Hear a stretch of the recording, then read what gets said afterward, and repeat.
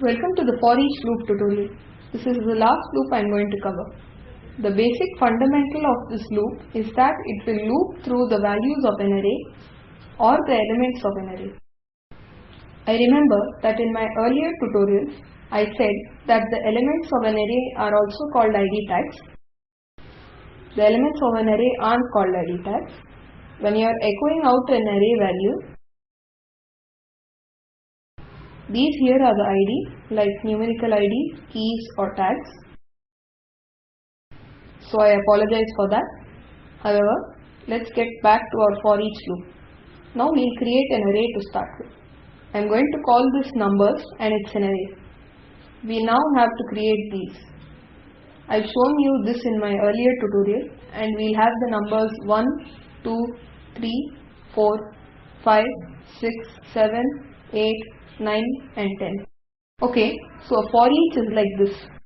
So we have for each and then we have our condition here. Well, I don't know what to call it. So let me say the name of the array, that is numbers.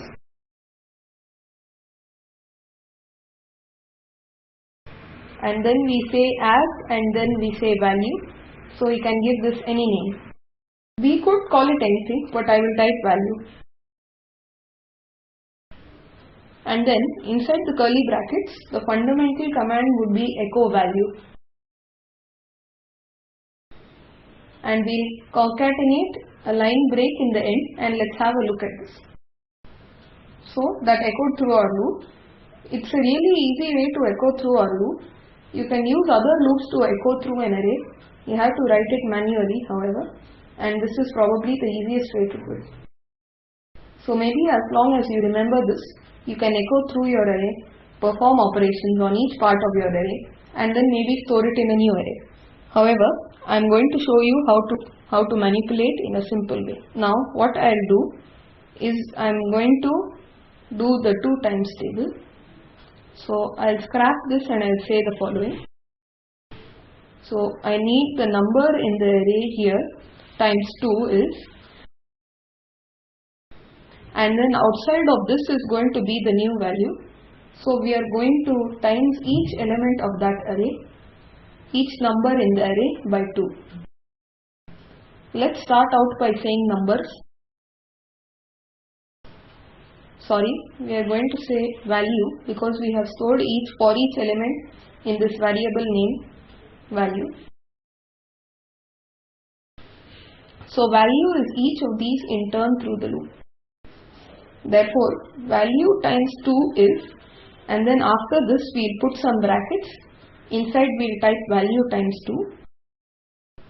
Remember, this is a mathematical operator, an arithmetical operator that I have showed you earlier. It is a mathematical operator, but the correct name is arithmetic. Okay, this is going to multiply by 2. Now to make this interesting, what I will do is to make this as a multiple,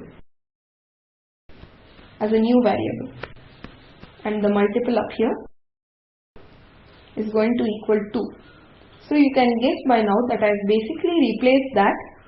I can change this as I please. Let's load this and refresh. Oh, we forgot the break. So let's just add that in the end here.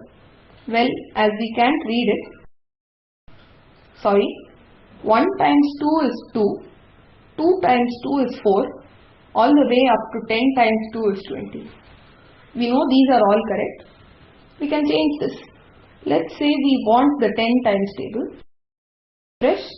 1 times 2 is, we forgot to change this 2 into multiple.